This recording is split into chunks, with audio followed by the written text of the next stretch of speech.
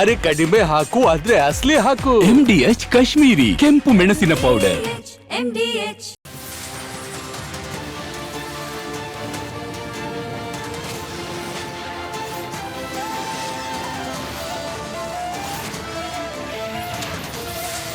ನೀವು ನೋಡ್ತಾ ಇದ್ದೀರಾ ರಿಪಬ್ಲಿಕ್ ಕನ್ನಡ, ಇದು ನಿಮ್ಮ ಧ್ವನಿ.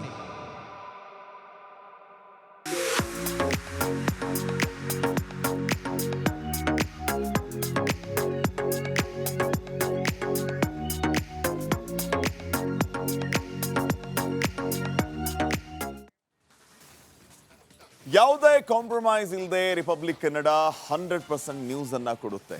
ಇದೇ ರೀತಿ ಓರಿಯಂಟ್ ಬೆಲ್ ಟೈಲ್ಸ್ ಕೂಡ 100ಕ್ಕೆ 100ರಷ್ಟು ಬಲಿಷ್ಠವಾಗಿದೆ. ನವ ಭಾರತಕ್ಕಾಗಿ ಹೊಸ ಆಯ್ಕೆ.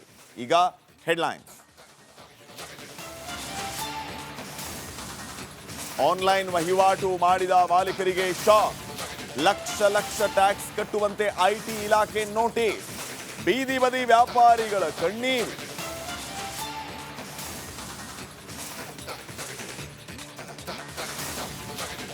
ಕರಾವಳಿಯಲ್ಲಿ ಮತ್ತೆ ಹಿಂದೂ ಧರ್ಮ ದಂಗಲ್. ಸನಾತನ ಉತ್ಸವಕ್ಕೆ ಸರ್ಕಾರದಿಂದ ಸಮಯದ ಮಿತಿ. ಶಾಂತಿ ಮಂತ್ರವೋ ಓಲೈಕೆ.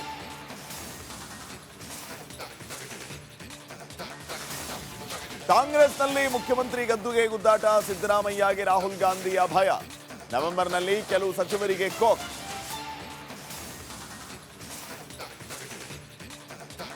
ಕಲಬುರಗಿಯಲ್ಲಿ 800 ಜನರಿಂದ 50 ಕೋಟಿ ಹೂಡಿಕೆ. ಲಕ್ಷ್ಮೀ ಪೂಜೆ ಮಾಡಿ ವಂಚಿಸಿದ್ದ ಭೂಪ ಅಂದರ್. ತೆಲಂಗಾಣದ ರಾಮು ಅಖುಲ್ ಅರೆಸ್ಟ್.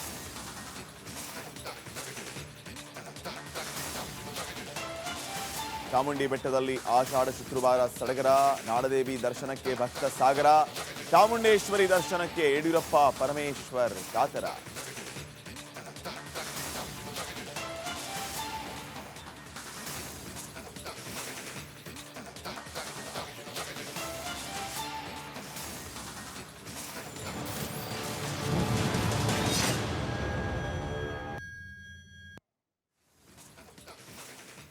ನಮಸ್ಕಾರ, ಬಿಗ್ ಮಾರ್ನಿಂಗ್ಗೆ ಸ್ವಾಗತ. ನಾನು ಶ್ರೀಪಾದ್ ಪಾಟೀಲ್. ಅನೇಕ ಸುದ್ದಿಗಳಿದೆ, ಗಮನಿಸೋಣ. ಅದಕ್ಕಿಂತ ಮುಂಚೆ ಸುದ್ದಿಗಳಿಗೆ ಇನ್ನಷ್ಟು ಮಾಹಿತಿ ಕೊಡೋದಕ್ಕೆ ನಮ್ಮ ಪ್ರತಿನಿಧಿಗಳು ಕೂಡ ಜಾಯ್ನ್ ಆಗಿದ್ದಾರೆ. ಐಟಿ ರಡಾರ್ನಲ್ಲಿ ಬೀದಿ ವ್ಯಾಪಾರಿಗಳು. ಈಗ ಬೀದಿ ವ್ಯಾಪಾರಿಗಳಿಗೆ ಕಣ್ಣೀರು ಹಾಕುವಂತ ಪರಿಸ್ಥಿತಿ ನಿರ್ಮಾಣ ಆಗಿದೆ. ಈ ಬಗ್ಗೆ ಮಾಹಿತಿಯನ್ನು ಕೊಡೋದಕ್ಕೆ ಪ್ರತಿನಿಧಿ ವೀರೇಶ್ ನೇರ ಸಂಪರ್ಕದಲ್ಲಿದ್ದಾರೆ. ಹಾಗೇನೆ ದಿನೇಶ್ ಕರಾವಳಿಯಲ್ಲಿ ಮತ್ತೆ ಧರ್ಮದಂಗಲ್ ಜೋರಾಗಿರೋದ್ರ ಬಗ್ಗೆ ಮಾಹಿತಿಯನ್ನು ಕೊಡ್ತಾರೆ. ಓಂ ಪ್ರಕಾಶ್ ಮುನ್ನೂರು ಕಲಬುರಗಿಯಲ್ಲಿ ಶೇರ್ ಮಾರ್ಕೆಟ್ ಹೆಸರಲ್ಲಿ ಕೋಟಿ ವಂಚನೆ ಮಾಡಿರುವಂತಹ ವಿಚಾರ, ಈ ಬಗ್ಗೆ ಡೀಟೇಲ್ಸ್ ಅನ್ನ ಕೊಡ್ತಾರೆ ಓಂ ಪ್ರಕಾಶ್. ಹಾಗೇನೆ ಬಸವರಾಜ್ ಕೂಡ ನೇರ ಸಂಪರ್ಕದಲ್ಲಿ ಜಾಯ್ನ್ ಆಗಿದ್ದಾರೆ. ಸಿದ್ದರಾಮಯ್ಯ ಗುಟೂರು ಹಾಕಿದ್ದಾರೆ. ಈ ಕಡೆ DK ಶಿವಕುಮಾರ್ ಮೌನಕ್ಕೆ ಶರಣಾಗಿದ್ದಾರೆ. DK ಶಿವಕುಮಾರ್ ಅವರ ಮುಂದೆ ಇರುವಂತಹ ಆಯ್ಕೆಗಳೇನು, ಏನ್ ಮಾಡೋದು ಅನ್ನುವಂತಹ ಪರಿಸ್ಥಿತಿ ಇದೆ. ಸೊ ಎಲ್ಲ ಪ್ರತಿನಿಧಿಗಳು ಈ ವಿಚಾರಗಳಿಗೆ ಮಾಹಿತಿಯನ್ನ ಕೊಡ್ತಾರೆ. ಅವರವರ ಸುದ್ದಿಯನ್ನ ಬಂದಾಗ ಮತ್ತೆ ಅವರನ್ನ ನಾನು ಸಂಪರ್ಕ ಮಾಡ್ತೀನಿ. ಮೊದಲನೇದಾಗಿ ಬೀದಿಯ ಕಬಾಬ್ ವ್ಯಾಪಾರಿಯ UPI ವಹಿವಾಟು ಎಷ್ಟು ಹೇಳಿ? 6 ಕೋಟಿ ರೂಪಾಯಿ. ಬರೋಬ್ಬರಿ 6 ಕೋಟಿ ರೂಪಾಯಿ ವಹಿವಾಟು. IT ಇಲಾಖೆಯಿಂದ 20 ಲಕ್ಷ ರೂಪಾಯಿ ಟ್ಯಾಕ್ಸ್ ಕಟ್ಟುವಂತೆ ನೋಟಿಸ್ ಅನ್ನ ನೀಡಲಾಗಿದೆ. ಕಬಾಬ್ ವಹಿವಾಟನ್ನ ನೋಡಿ ತೆರಿಗೆ ಅಧಿಕಾರಿಗಳು ಶಾಕ್ ಆಗಿದ್ದಾರೆ. ಬೀದಿ ಬದಿಯಲ್ಲಿ ಕಬಾಬ್ ಮಾರ್ತಾ ಇದ್ದವನ ಇನ್ಕಮ್ 6 ಕೋಟಿ ರೂಪಾಯಿ. 6 ಕೋಟಿ ರೂಪಾಯಿ ಗಳಿಸಿದಾನೆ. ಈತನಿಗೆ ಈಗ ಟ್ಯಾಕ್ಸ್ ಕಟ್ಟುವಂತೆ ತೆರಿಗೆ ಅಧಿಕಾರಿಗಳು ನೋಟಿಸ್ ಅನ್ನ ನೀಡಿದ್ದಾರೆ. ಎಷ್ಟು? IT ಇಲಾಖೆಯಿಂದ 20 ಲಕ್ಷ ರೂಪಾಯಿ ಟ್ಯಾಕ್ಸ್ ಕಟ್ಟಬೇಕು ಅಂತ ನೋಟಿಸ್ ಕೊಟ್ಟಿರೋದು. ಅಧಿಕಾರಿಗಳೇ ಶಾಕ್ ಆಗಿಬಿಟ್ಟಿದ್ದಾರೆ. ಈ ಬೀದಿ ಬದಿ ಕಬಾಬ್ ವ್ಯಾಪಾರಸ್ಥನ ಟರ್ನ್ ಓವರ್ ನೋಡಿ. ಖುದ್ದು ಟ್ಯಾಕ್ಸ್ ವಿವರ ನೀಡೋದಕ್ಕೆ ವ್ಯಾಪಾರಿಗೆ ಸೂಚನೆ ಕೊಟ್ಟಿದ್ದಾರೆ. ತೆರಿಗೆ ನೋಟಿಸ್ ಅನ್ನ ಕಂಡು ಕಬಾಬ್ ವ್ಯಾಪಾರಿ ಕಂಗಾಲಾಗಿದ್ದಾನೆ.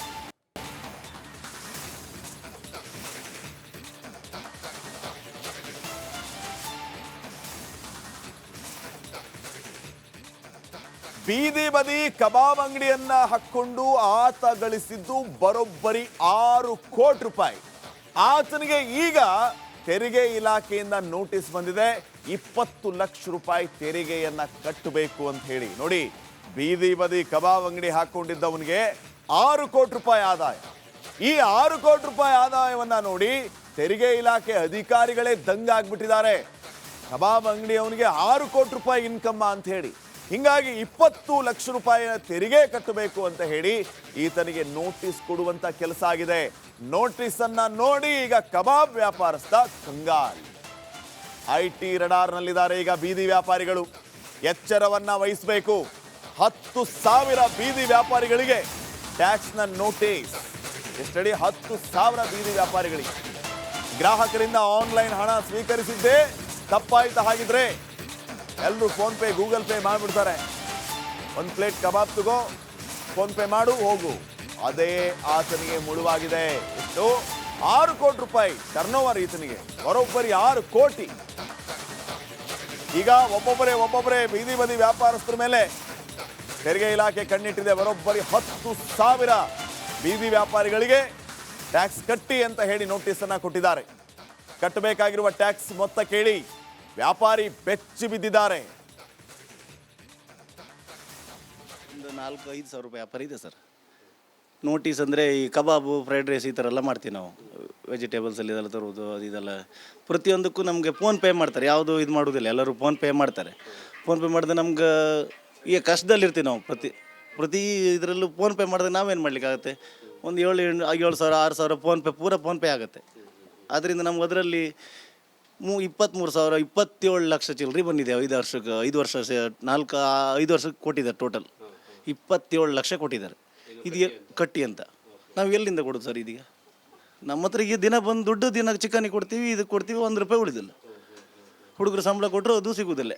ಕತೆ ಕೈದಾಯ್ತು ನಮ್ಮದು. ಈ 27 ಲಕ್ಷ ಎಲ್ಲಿತ್ತು ಅಂತ ನನಗೆ ಗೊತ್ತಿಲ್ಲ. ಈಗ ಅದೇ ರವಿಯಣ್ಣ ಹತ್ರ ಬಂದು ನಾವು ಒಂದು ಅಳಲು ತೋಡ್ಕೊಂಡಿದ್ದೀವಿ. ಈ ಥರ ಏನು ಮಾಡೋದು? ಮುಂದೆ ಪರಿಸ್ಥಿತಿ ಭಾರಿ ಕಷ್ಟ ಆಗಿದೆ ನಮಗೀಗ. ಬದುಕೋದೇ ಕಷ್ಟ ಆಗಿದೆ. ಹಾಗಾಗಿದೆ. ನಮ್ಮದೊಂದು 4-5 ಸಾವಿರ ರೂಪಾಯಿ ವ್ಯಾಪಾರ ಇದೆ ಸರ್. ನೋಟಿಸ್ ಅಂದರೆ ಈ ಕಬಾಬು, ಫ್ರೈಡ್ ರೈಸ್ ಈ ಥರ ಎಲ್ಲ ಮಾಡ್ತೀವಿ ನಾವು. ವೆಜಿಟೇಬಲ್ಸಲ್ಲಿ ಇದೆಲ್ಲ ತರುವುದು, ಅದು ಇದೆಲ್ಲ ಪ್ರತಿಯೊಂದಕ್ಕೂ ನಮಗೆ ಫೋನ್ ಪೇ ಮಾಡ್ತಾರೆ. ಯಾವುದು ಇದು ಮಾಡೋದಿಲ್ಲ, ಎಲ್ಲರೂ ಫೋನ್ ಪೇ ಮಾಡ್ತಾರೆ. ಫೋನ್ ಪೇ ಮಾಡಿದ್ರೆ ನಮ್ಗೆ ಈಗ ಕಷ್ಟದಲ್ಲಿರ್ತೀವಿ ನಾವು. ಪ್ರತಿ ಇದರಲ್ಲೂ ಫೋನ್ ಪೇ ಮಾಡಿದ್ರೆ ನಾವೇನು ಮಾಡ್ಲಿಕ್ಕಾಗತ್ತೆ? ಒಂದು 7,000 6,000 ಫೋನ್ ಪೇ ಆಗುತ್ತೆ. ಆದ್ದರಿಂದ ನಮ್ಗೆ ಅದರಲ್ಲಿ 23,000 27 ಲಕ್ಷ ಚಿಲ್ಲರೆ ಬಂದಿದೆ. 5 ವರ್ಷಕ್ಕೆ ಕೊಟ್ಟಿದ್ದಾರೆ. ಟೋಟಲ್ 27 ಲಕ್ಷ ಕೊಟ್ಟಿದ್ದಾರೆ. ವೀಕ್ಷಕರೇ, ಆರಂಭದಲ್ಲಿ ನಾನು ಹೇಳ್ತಾ ಇದ್ದೆ, ಕಬಾಬ್ ಮಾರುವವನ ಆದಾಯ 6 ಕೋಟಿ ರೂಪಾಯಿ ಅಂತ ಹೇಳಿ. ಈತ ಈಗ ಕಟ್ಟಬೇಕಾಗಿರೋದು 20 ಲಕ್ಷ ರೂಪಾಯಿ ತೆರಿಗೆ. ಇಷ್ಟೊಂದು ಇನ್ಕಮ್ ಇದೆಯಾ ಅಂತ ನಾಳೆ ಬೆಳಿಗಾಗೋದ್ರೊಳಗೆ ಸಾಕಷ್ಟು ಜನ ಕಬಾಬ್ ಅಂಗಡಿ ಹಾಕ್ಬಿಡ್ಬೋದು. ಆದರೆ ಅದ್ರ ಹಿಂದೆ ಎಷ್ಟು ಶ್ರಮ ಇದೆ. ಈಗ 20 ಲಕ್ಷ ರೂಪಾಯಿ ತೆರಿಗೆ ಕಟ್ಟಬೇಕು ಅಂತಂದ್ರೆ ಬಹುಶಃ ಈತನ ತೆರಿಗೆ ದುಡ್ಡನ್ನು ಕಟ್ಟೋದಕ್ಕೆ ಕೆಲವರು 5-10 ವರ್ಷ ದುಡಿತಾರೋ ಏನು ಕತೆ. ಆ ಮಟ್ಟಿಗೆ ಈತನ ಇನ್ಕಮ್ ಇದೆ. ಈತನ ಇನ್ಕಮ್ ಅನ್ನ ನೋಡಿ ತೆರಿಗೆ ಇಲಾಖೆ ಅಧಿಕಾರಿಗಳೇ ದಂಗಾಗ್ಬಿಟ್ಟಿದ್ದಾರೆ. ಕೋಟಿ ಇನ್ಕಮ್ ಬರುತ್ತಾ ಈತನಿಗೆ. ಈತ ಏನ್ ಮಾಡ್ತಾನೆ ಕೆಲಸ ಅಂತ ನೋಡಿದಾಗ ಈತ ಕಬಾಬ್ ವ್ಯಾಪಾರಿ ಆಗಿದ್ದ. ಕಬಾಬ್ ಮಾರುವ ಸಣ್ಣ ವ್ಯಾಪಾರಿಗೆ 20 ಲಕ್ಷ ರೂಪಾಯಿ ಟ್ಯಾಕ್ಸ್. ಕಾರಣ ಇಷ್ಟೇ, UPI ಪೇಮೆಂಟ್ ಮಾಡಿಸಿಕೊಂಡ ಹಿನ್ನೆಲೆ ನೋಟಿಸ್ ಅನ್ನ ನೀಡಲಾಗಿದೆ. ಇದುವರೆಗಿನ ವಹಿವಾಟಿನ ಮೇಲೆ ತೆರಿಗೆ ಕಟ್ಟೋದಕ್ಕೆ ನೋಟಿಸ್ ಅನ್ನ ನೀಡಲಾಗಿದೆ. ಕಬಾಬ್ ಅಂಗಡಿ ಇಟ್ಟಿದ್ದು ಅಲ್ಲಿ ಫೋನ್ ಪೇ ಮಾಡಿ ಅಂತ ಹೇಳಿ QR ಕೋಡ್ ಇಟ್ಬಿಟ್ಟಿರ್ತಾರೆ ಇವರು.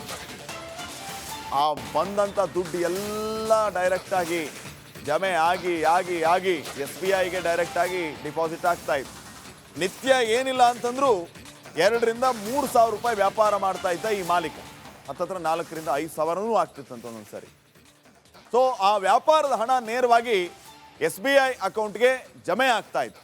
ಸೊ ಮೊದಲಿನಿಂದನೂ ಈವರೆಗೂ ಈತನ ಪ್ರತಿ ವಹಿವಾಟಿನ ಮೇಲೆ ಕಣ್ಣಾಯಿಸಿದ ಅಧಿಕಾರಿಗಳು ಈಗ ಈತನಿಗೆ 20 ಲಕ್ಷ ರೂಪಾಯಿ ಟ್ಯಾಕ್ಸ್ ಕಟ್ಟು ಅಂತ ಹೇಳಿ ನೋಟಿಸ್ ಅನ್ನ ನೀಡಿದ್ದಾರೆ. ಈಗ ಮಾಲೀಕರು ಹೇಳ್ತಾ ಇರೋದೇನಂತಂದ್ರೆ, ಸಡನ್ಲಿ 20 ಲಕ್ಷ ರೂಪಾಯಿ ಟ್ಯಾಕ್ಸ್ ಕಟ್ಟಬೇಕು ಅಂತಂದ್ರೆ ಹೇಗೆ ಸಾಧ್ಯ? ನಾನೊಬ್ಬ ಸಣ್ಣ ವ್ಯಾಪಾರಿ, 20 ಲಕ್ಷ ರೂಪಾಯಿ ತೆರಿಗೆ ಕಟ್ಟೋದಕ್ಕೆ ಆಗುತ್ತಾ ಅನ್ನುವಂಥ ಪ್ರಶ್ನೆಯನ್ನ ಮಾಡ್ತಾ ಇದ್ದಾರೆ.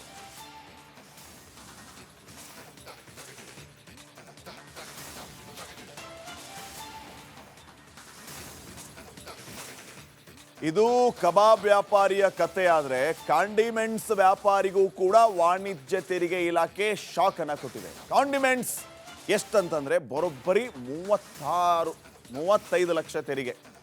35 ಲಕ್ಷ ತೆರಿಗೆ ಕಟ್ಟಬೇಕು ಅಂತ ಹೇಳಿ ಕಾಂಡಿಮೆಂಟ್ಸ್ ಅಂಗಡಿಯವರಿಗೆ ಈಗ ನೋಟಿಸ್ ಕೊಟ್ಟಿರೋದು. 35 ಲಕ್ಷ ತೆರಿಗೆ ಕಟ್ಟುವಂತೆ ವಾಣಿಜ್ಯ ತೆರಿಗೆ ಇಲಾಖೆಯವರು ನೋಟಿಸ್ ಕೊಟ್ಟಿದ್ದಾರೆ. ಬಸ್ ನಿಲ್ದಾಣದಲ್ಲಿ ಕಾಂಡಿಮೆಂಟ್ಸ್ ಹೊಂದಿರುವಂತ ವ್ಯಾಪಾರಿ, ಈ ವ್ಯಾಪಾರಿಗೆ 35 ಲಕ್ಷ ರೂಪಾಯಿ ಟ್ಯಾಕ್ಸ್ ಕಟ್ಟಪ್ಪ ಅಂತ ಹೇಳಿ ನೋಟಿಸ್ ಅನ್ನ ಕೊಟ್ಟಿದ್ದಾರೆ.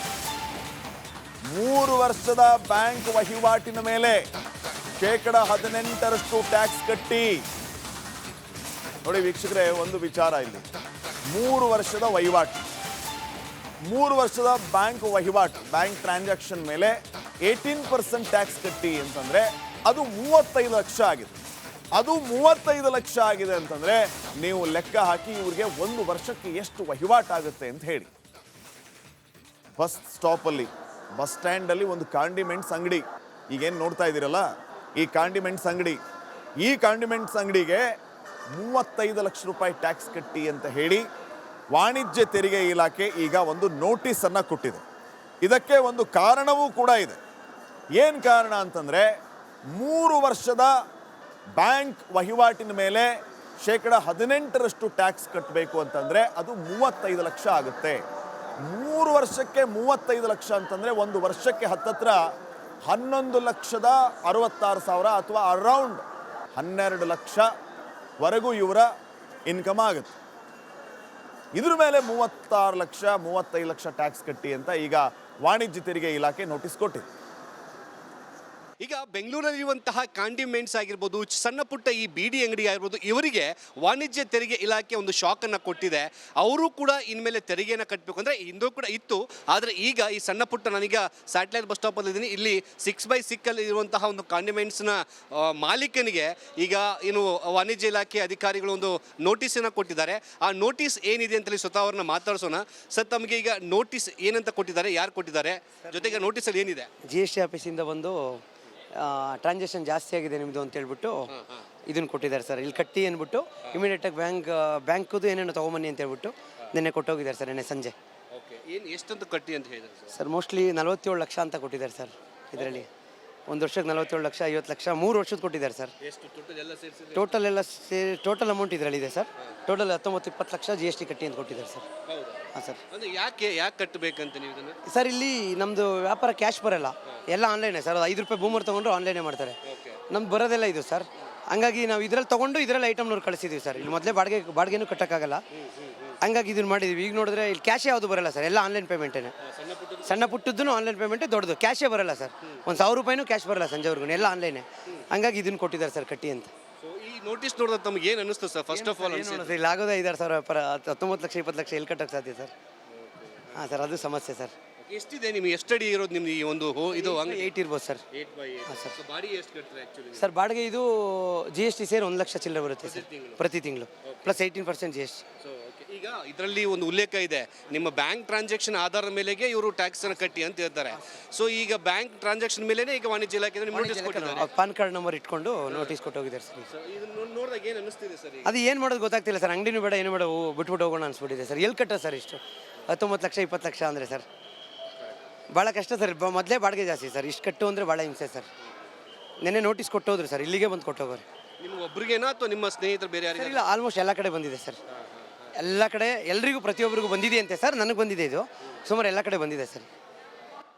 ಓಕೆ, ಈಗ ಇಲ್ಲಿರುವಂತಹ ನೋಟಿಸ್ ಕಾಪಿನೂ ಕೂಡ ಕೊಟ್ಟಿದ್ದಾರೆ. ಈಗ ವಾಣಿಜ್ಯ ತೆರಿಗೆ ಆಯುಕ್ತರು, ಸಹಾಯಕ ಆಯುಕ್ತರು, ಕರ್ನಾಟಕ ಇಲಾಖೆ. ಸೊ ಈಗಾಗಲೇ ಈ ಕಂಪ್ಲೀಟ್ ಆದಂತಹ ಈ ಒಂದು ಸ್ಟೋರನ್ನು ನೋಡ್ತಾ ಇದ್ದೀವಿ. 8x6 ಹೀಗಿದೆ. ಇಲ್ಲಿ ನಿತ್ಯವೂ ಕೂಡ ಒಂದು 6,000 7,000 ರೂಪಾಯಿ ವ್ಯಾಪಾರ ಆಗುತ್ತೆ. ಆದರೆ ಬರುವಂತಹ ಜನ ಎಲ್ಲರೂ ಕೂಡ ಈ UPIನೇ ಮಾಡುವಂತಹ ಕಾರಣಕ್ಕಾಗಿ ನೇರವಾಗಿ ಅವರ ಬ್ಯಾಂಕ್ ಖಾತೆಗೆ ಹೋಗಿ ಜಮಾ ಆಗುತ್ತೆ. ಈ ಬ್ಯಾಂಕ್ ಖಾತೆ ಜಮಾ ಆಧಾರದ ಮೇಲೆಗೆ ಈಗಾಗಲೇ ತೆರಿಗೆ ಏನು ಆದಾಯ ತೆರಿಗೆ ಇಲಾಖೆ ಆಗಿರ್ಬೋದು, ಜೊತೆಗೆ ವಾಣಿಜ್ಯ ತೆರಿಗೆ ಇಲಾಖೆ ಅಧಿಕಾರಿಗಳು ಇವರಿಗೆ ಒಂದು ನೋಟಿಸ್ ಕೊಡುವಂತಹ ಕೆಲಸ ಮಾಡಿದ್ದಾರೆ. 19 ಲಕ್ಷ ರೂಪಾಯಿನ ಕಟ್ಟಬೇಕಂತೇಳಿ ಒಂದು ಅಂಗಡಿ ಕೊಟ್ಟಿದ್ರೆ, ಮತ್ತೆ ಬೇರೆ ಅಂಗಡಿಯವರಿಗೆ 90 ಲಕ್ಷವರೆಗೂ ಕೂಡ ಕಟ್ಟಬೇಕು ಅಂತ ಹೇಳ್ಬಿಟ್ಟು ನೋಟಿಸನ್ನು ಕೊಟ್ಟರು. ಸದ್ಯಕ್ಕೆ ಈ ನೋಟಿಸ್ ನೋಡಿರುವಂತಹ ಕಾಂಡಿಮೆಂಟ್ಸ್ನ ವ್ಯಾಪಾರಿಗಳು ಕಂಪ್ಲೀಟ್ ಆಗಿ ಶಾಕಲ್ಲಿ ಇರುವಂಥದ್ದು. ನಮ್ಮವಾಗುವಂತಹ ವ್ಯಾಪಾರಕ್ಕೂ ಈಗ ಕೊಟ್ಟಿರುವಂಥ ನೋಟಿಸ್ಗೂ ಅಜಗಜಾಂತರ ವ್ಯತ್ಯಾಸ ಇದೆ ಅಂತೇಳಿ ಎಲ್ಲರೂ ಕೂಡ ಈಗ ಆತಂಕದಲ್ಲಿ ಇರುವಂಥದ್ದು. ಕ್ಯಾಮರಾ ಪರ್ಸನ್ ಮಧು ಜೊತೆಗೆ Muthappa, Republic Kannada, Bengaluru. Next updates ಅನ್ನ ಕೊಡ್ತಾರೆ ಪ್ರತಿನಿಧಿ ವೀರೇಶ್. ಈಗ ನೇರ ಸಂಪರ್ಕದಲ್ಲಿದ್ದಾರೆ. ವೀರೇಶ್, ಬೀದಿ ಬದಿ ವ್ಯಾಪಾರಸ್ಥರ ಮೇಲೆ ಈಗ ತೆರಿಗೆ ಇಲಾಖೆಯವರು ಕಣ್ಣು. ಕಬಾಬ್ ವ್ಯಾಪಾರಸ್ಥ 6 ಕೋಟಿ ರೂಪಾಯಿ ಗಳಿಸಿದಾನಂತೆ ಕಬಾಬ್ ಮಾರಿ.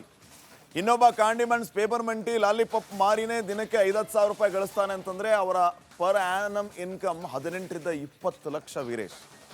ಅಲ್ಲಿಗೆ ಇವರಿಗೆ 30 ಲಕ್ಷ ತೆರಿಗೆ ಕಟ್ಟಿ ಇನ್ನೊಬ್ಬರಿಗೆ 20 ಲಕ್ಷ ತೆರಿಗೆ ಕಟ್ಟಿ ಅಂತ ದಿಢೀರ್ ಶಾಕ್ ಕೊಟ್ಟಿರೋದು ಯಾಕೆ? ಇಷ್ಟು ದಿನ ಇವ್ರು ಏನು ಇದನ್ನ ಗಮನಿಸ್ತಿಲ್ವಾ? ಅಥವಾ UPI ಟ್ರಾನ್ಸಾಕ್ಷನ್ ಮಾಡಿದ್ದೇ ಈ ರೀತಿ ಇವರು ಗೂಗಲ್ ಪೇ ಫೋನ್ ಪೇ ಮಾಡಿಸಿಕೊಂಡಿದ್ದೇ ಮಾಲೀಕರಿಗೆ ಮುಳುವಾಯ್ತಾ? ಇದನ್ನ ಯಾವ ರೀತಿ ನಾವು ತಗೋಬೇಕು? ಇವರು ಈ ರೀತಿ ಬೀದಿ ಬದಿ ವ್ಯಾಪಾರ ಮಾಡಿ ಇಷ್ಟೊಂದು ದುಡ್ಡು ಗಳಿಸ್ತಿದ್ದಾರೆ ಅಂತ ಸ್ಫೂರ್ತಿಯಾಗಿ ತಗೋಬೇಕಾ, ಅಥವಾ ತೆರಿಗೆ ವಂಚನೆ ಮಾಡಿದ್ರು ಅನ್ನೋ ರೀತಿಯಲ್ಲಿ ನಾವು ತಗೋಬೇಕಾ? ಬೀದಿ ಬದಿ ವ್ಯಾಪಾರಸ್ಥರ ನಿಲುವೇನೆ ಬಗ್ಗೆ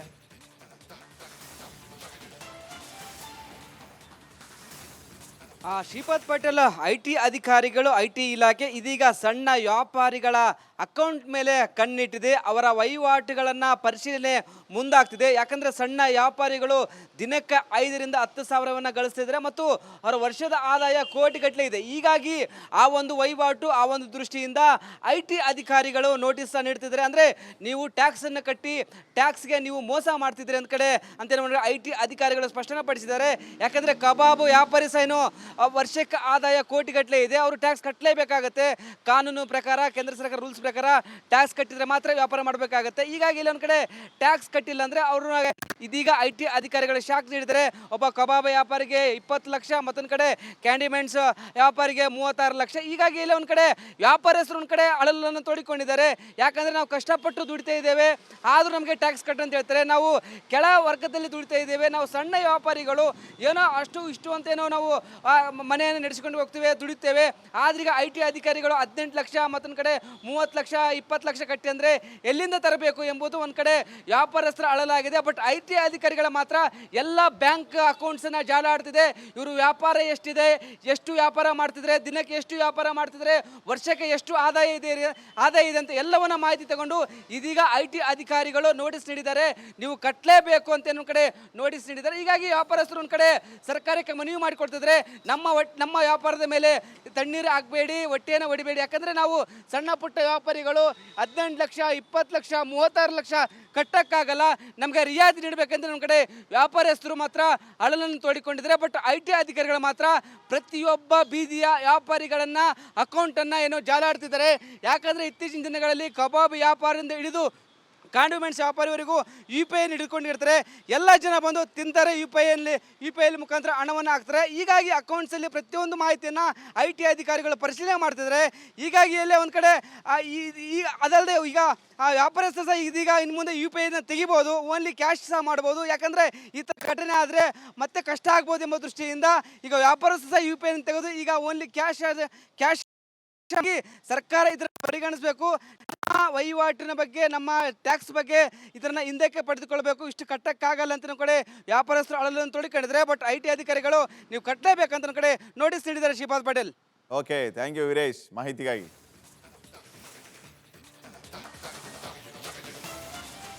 ಕರಾವಳಿಯಲ್ಲಿ ಮತ್ತೆ ಹಿಂದೂ ಧರ್ಮ ದಂಗಲ್ ಜೋರಾಗ್ತಾ ಇದೆ. ಹಿಂದೂ ಹಬ್ಬ ಆಚರಣೆಗಳಿಗೆ ನಿರ್ಬಂಧ ಯಾಕೆ ಅನ್ನುವಂತಹ ಪ್ರಶ್ನೆ ಮೂಡ್ತಾ ಇದೆ. ಸನಾತನ ಉತ್ಸವಕ್ಕೆ ಸಮಯದ ಮಿತಿ ಸರಿಯೇ ಅನ್ನುವಂಥ ಪ್ರಶ್ನೆಯನ್ನ ಈಗ ಶಾಸಕರು ಮಾಡ್ತಾ ಇದ್ದಾರೆ. ಇದು ಶಾಂತಿ ಮಂತ್ರವೋ ಅಥವಾ ಬೇರೆಯವರ ಓಲೈಕೆಯ ತಂತ್ರವೋ, ಅದರ ಪರಮಾವಧಿಯೋ ಅನ್ನುವಂತಹ ಪ್ರಶ್ನೆಯನ್ನ ಈಗ ಮಾಡಲಾಗ್ತಾ ಇದೆ. ಹಿಂದೂಗಳ ಹಬ್ಬ ಬಂದ್ರೆ ನೀವು ಅನುಮತಿ ಕೇಳಿ ಅಂತ ಹೇಳ್ತೀರಿ, ಸಮಯದ ಮಿತಿ ಎಲ್ಲವೂ ಇರುತ್ತೆ, ಬೇರೆಯವರಿಗೆ ಇದು ಯಾಕಿರಲ್ಲ, ಅವ್ರನ್ನ ಹೋಗಿ ಕೇಳುವಂಥ ತಾಕತ್ತು ನಿಮ್ಮಲ್ಲಿ ಯಾಕಿರಲ್ಲ ಅನ್ನುವಂಥ ಪ್ರಶ್ನೆಯನ್ನ ಈಗ ಮಾಡಲಾಗ್ತಾ ಇದೆ. ಇದು ಶಾಂತಿ ಮಂತ್ರ ಅಂತ ಹೇಳ್ಬೇಕಾ ಅಥವಾ ಓಲೈಕೆಯ ಪರಮಾವಧಿ ಅಂತ ಹೇಳ್ಬೇಕಾ? ಶಾಂತಿ ಮಂತ್ರ ಒಂದೇ ಕಡೆ ಇರಬಾರ್ದು, ಎಲ್ಲ ಕಡೆ ಇರಬೇಕು. ಅವರನ್ನು ಹೋಗಿ ಪ್ರಶ್ನೆ ಮಾಡಿ ಅನ್ನುವಂಥದ್ದು ಇಲ್ಲಿನ ಹಿಂದೂ ಮುಖಂಡರ ಪ್ರಶ್ನೆಯಾಗಿದೆ.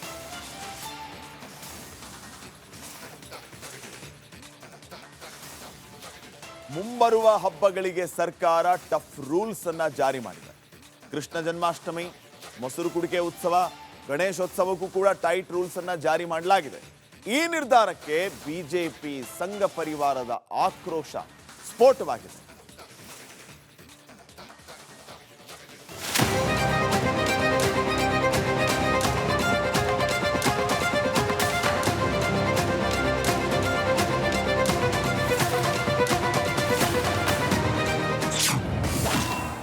ಹಿಂದೂ ದೊಡ್ಡ ಹಬ್ಬಕ್ಕೆ ಸರ್ಕಾರದ ಕಠಿಣ ನಿಯಮ. ಟಫ್ ರೂಲ್ಸ್ ವಿರುದ್ಧ ಸಿಡಿದೆದ್ದ ಸಂಘ ಪರಿವಾರ. ಕರಾವಳಿ ಸಂಸ್ಕೃತಿಯ ನೆಲವೀಡು. ಮುಂದೆ ಸಾಲು ಸಾಲು ಹಬ್ಬಗಳು ಹಾಗೆ ಉತ್ಸವಕ್ಕೆ ಕರಾವಳಿ ಜನ ಸಿದ್ಧರಾಗ್ತಿದ್ದಾರೆ. ಮುಂದೆ ಕೃಷ್ಣ ಜನ್ಮಾಷ್ಟಮಿ, ಮೊಸರು ಕುಡಿಕೆ ಉತ್ಸವ, ಗಣೇಶೋತ್ಸವ ಸಂಭ್ರಮದ ಮೇಳೆ ಸೆಳೆದೆ. ಈ ಉತ್ಸವದ ಸಂಭ್ರಮಕ್ಕೆ ಟಫ್ ರೂಲ್ಸ್ಗಳನ್ನ ಹೇರಲಾಗ್ತಾ ಇದೆ. ಸಂಭ್ರಮಕ್ಕೆ ಕಡಿವಾಣ ಹಾಕುವಂತಹ ನಿಯಮ ತರಲಾಗಿದೆ. ಇದು ಬಿಜೆಪಿ ಸೇರಿದಂತೆ ಸಂಘ ಪರಿವಾರದ ಆಕ್ರೋಶಕ್ಕೆ ಕಾರಣವಾಗಿದೆ.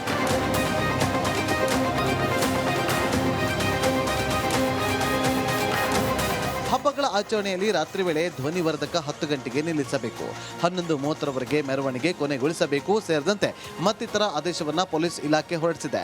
ಇದರ ವಿರುದ್ಧ ದಕ್ಷಿಣ ಕನ್ನಡದಲ್ಲಿ ಭಾರಿ ಆಕ್ರೋಶ ವ್ಯಕ್ತವಾಗಿದೆ. ಗೃಹ ಸಚಿವರು ನಡೆಸಿದ ಶಾಂತಿ ಸಭೆಯಲ್ಲೂ ಬಿಜೆಪಿ ಶಾಸಕರು ಅಸಮಾಧಾನ ಹೊರಹಾಕಿದ್ದಾರೆ. ರೂಲ್ಸ್ ಅನ್ನು ಇರುವಂತ ಸಂದರ್ಭದಲ್ಲಿ ಇಲ್ಲಿಯ ಮಣ್ಣಿನ ವ್ಯವಸ್ಥೆಗಳು, ಸಂಸ್ಕೃತಿಗಳು ವಿಚಾರವನ್ನ ಮಾಡಿಕೊಂಡು ಅದಕ್ಕೆ ಪೂರಕವಾದಂತ ರೂಲ್ಸ್ ಅನ್ನು ಮಾಡಬೇಕಾದದ್ದೇ ಸರ್ಕಾರದ ಜವಾಬ್ದಾರಿ. ಆ ಎಲ್ಲ ವ್ಯವಸ್ಥೆಗಳು, ರಸ್ತೆಯಲ್ಲಿ ಆಕ್ಸಿಡೆಂಟ್ ಆಗುತ್ತೆ ಅಂತ ರಸ್ತೆಯನ್ನು ಮುಚ್ಚಿಬಿಡಿ ಅಂತ ಹೇಳಿದ್ರೆ ಮುಗಿತು. ರಸ್ತೆ ಕ್ಲೋಸ್ ಮಾಡಿದ್ರೆ ವಾಹನ ಹೋಗಲ್ಲ, ಆಕ್ಸಿಡೆಂಟ್ ಆಗುತ್ತೆ. ಮಂಗಳೂರು ಗಣೇಶೋತ್ಸವ ದಸರಾ ಕಾರ್ಯಕ್ರಮ ರಾತ್ರಿ ಪೂರ್ತಿ ನಡೆಯೋದು ಸಾಮಾನ್ಯ. ಇಂತಹ ಉತ್ಸವವನ್ನು 10:30ಕ್ಕೆ ನಿಲ್ಲಿಸಬೇಕು ಅಂದ್ರೆ ಹೇಗೆ ಅನ್ನೋದು ಶಾಸಕರ ಪ್ರಶ್ನೆ. ಅದು ಅಲ್ಲದೆ ಈ ಮಣ್ಣಿನ ಆಚಾರ ವಿಚಾರ ತಿಳಿದು ನಿಯಮ ಮಾಡಬೇಕು ಅಂತ ಗೃಹ ಸಚಿವರಿಗೆ ಶಾಸಕರು ಸಲಹೆ ಕೊಟ್ಟಿದ್ದಾರೆ. ಗೃಹ ಇಲಾಖೆ ಈ ಮನವಿಗೆ ಅದ್ಯಾವ ರೀತಿ ಉತ್ತರ ಕೊಡುತ್ತೆ ಅನ್ನೋದೇ ಸದ್ಯದ ಪ್ರಶ್ನೆ. ಬಗ್ಗೆ ಇನ್ನಷ್ಟು ಮಾಹಿತಿಯನ್ನು ಕೊಡೋದಕ್ಕೆ ನಮ್ಮ ಪ್ರತಿನಿಧಿ ದಿನೇಶ್ ಈಗ ನೇರ ಸಂಪರ್ಕದಲ್ಲಿ ಜಾಯ್ನ್ ಆಗಿದ್ದಾರೆ. ದಿನೇಶ್, ಗಮನಿಸ್ತಾ ಇದ್ದೀವಿ, ಹಿಂದೂ ಮುಖಂಡರು, ಬಿಜೆಪಿಯ ಶಾಸಕರ ಪ್ರಶ್ನೆ ಒಂದೇ, ನೀವು ಎಲ್ಲ ಸಮುದಾಯದ ಹಬ್ಬ ಹರಿದಿನಗಳಿಗೆ ಇದೇ ರೀತಿಯ ಟೈಮ್ ಫಿಕ್ಸ್ ಮಾಡಿದ್ದೀರಾ, ಬೇರೆಯವ್ರಿಗೂ ಇದೇ ರೀತಿಯ ಪ್ರಶ್ನೆಯನ್ನು ಮಾಡ್ತೀರಾ, ನಮ್ಮ ಹಬ್ಬ ಹರಿದಿನಗಳು ಬಂದರೆ ಅದಕ್ಕೆ ಸಮಯದ ಮಿತಿ ಇರುತ್ತೆ, ಹಾಗೆ ಹೀಗೆ ಅಂತ ನೂರಾರು ಅಡ್ಡಿ ಆತಂಕಗಳು. ಇದನ್ನು ನೀವು ಕೆರಳಿಸೋದಕ್ಕೆ ಮಾಡ್ತಾ ಇರುವಂಥ ಕೆಲಸ, ಇದು ಪ್ರಚೋದನೆ ಅಲ್ಲದೆ ಶಾಂತಿ ಮಂತ್ರ ಅಲ್ವೇ ಅಲ್ಲ ಅಂತ ನಿನ್ನೆ ಹರೀಶ್ ಪೂಂಜಾ ಆ ಒಂದು ಸಭೆಯಲ್ಲೇ ಹೇಳ್ತಾ ಇದ್ರು. ಈಗ ಮುಂದೆ ಏನಾಗ್ಬೋದು ಅನ್ನುವಂತಹ ಪ್ರಶ್ನೆ, ಏನಾದರೂ ಸಡಿಲಿಕೆ ಇರುತ್ತಾ, ಇದನ್ನು ಗಂಭೀರವಾಗಿ ಪರಿಗಣಿಸುತ್ತಾ ಅಲ್ಲಿನ ಇಲಾಖೆ? ಏನು ಅಪ್ಡೇಟ್ಸ್ ಕೊಡ್ತೀರಿ?